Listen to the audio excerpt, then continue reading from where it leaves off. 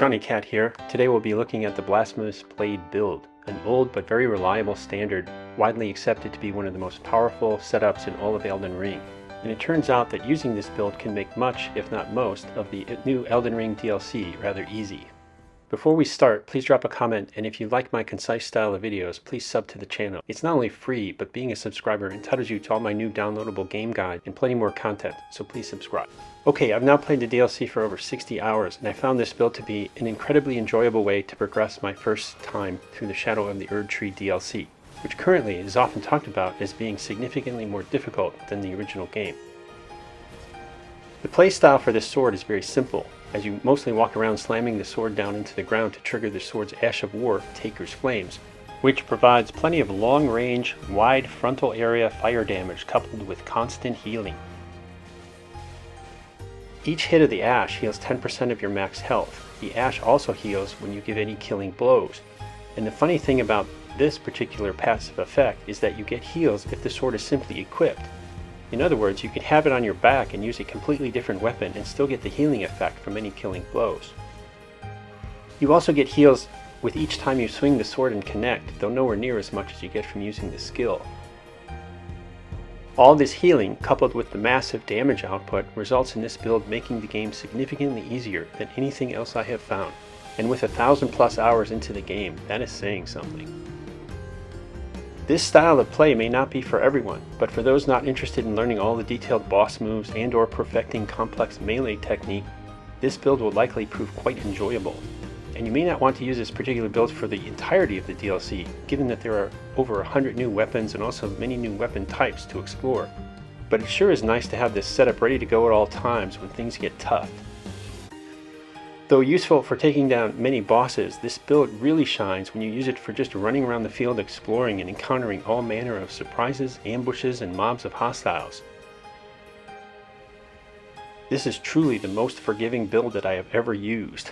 Often, again and again, I will find myself smashed by an ambush that wipes out 80% of my health, only to slam down the sword and instantly heal 10%, poise break the hostiles, get even more health, and then start easily clearing the field when just seconds earlier I thought I was done for.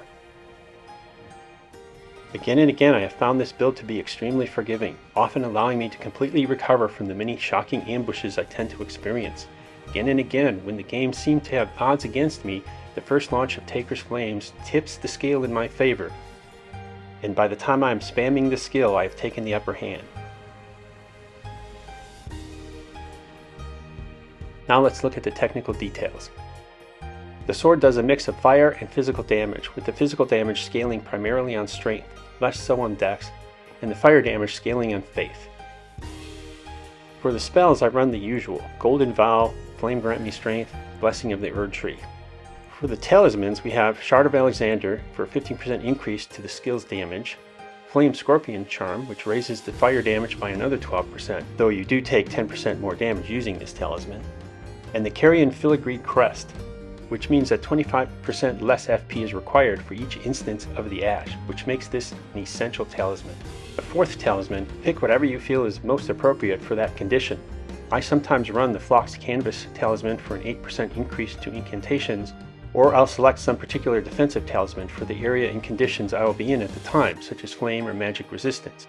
The Green Turtle Charms are also good options as well, as they help you recover stamina quickly.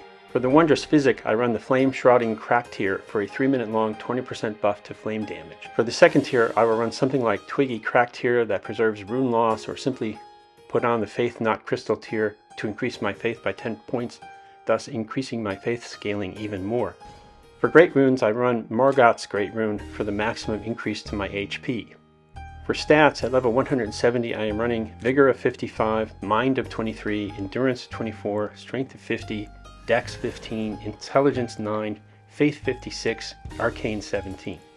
Since this is a Faith build and I'll be running a number of Faith incantations, I want to ensure I have enough FP at all times, and I found a value of 23 Mind to be the absolute minimum. And there is more to say about the massive amount of damage that you can get from this build. If you launch Flame of the Fell God and then follow up with the sword's Ash, you have a very effective combo attack indeed.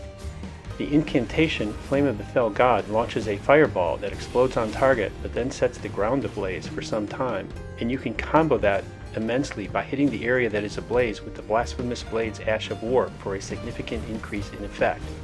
Since Flame of the Fell God is a Giant's incantation, I run this build with the Giant Seal, which will give you another 20% increase to the fire damage when comboing the Sword's Ash with the Flame of the Fell God incantation, and that is a very significant thing. Thanks for watching, I hope it helped, and please download my 2024 Optimal Start to Elden Ring Game Guide and walkthrough.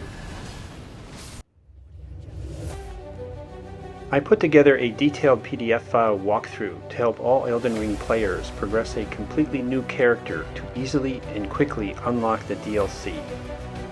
You can follow the guide to quickly get a new character to level 150, get a plus 10 Mimic and a plus 10 Blasphemous Blade, and unlock the DLC as fast as possible. So please subscribe and download the guide.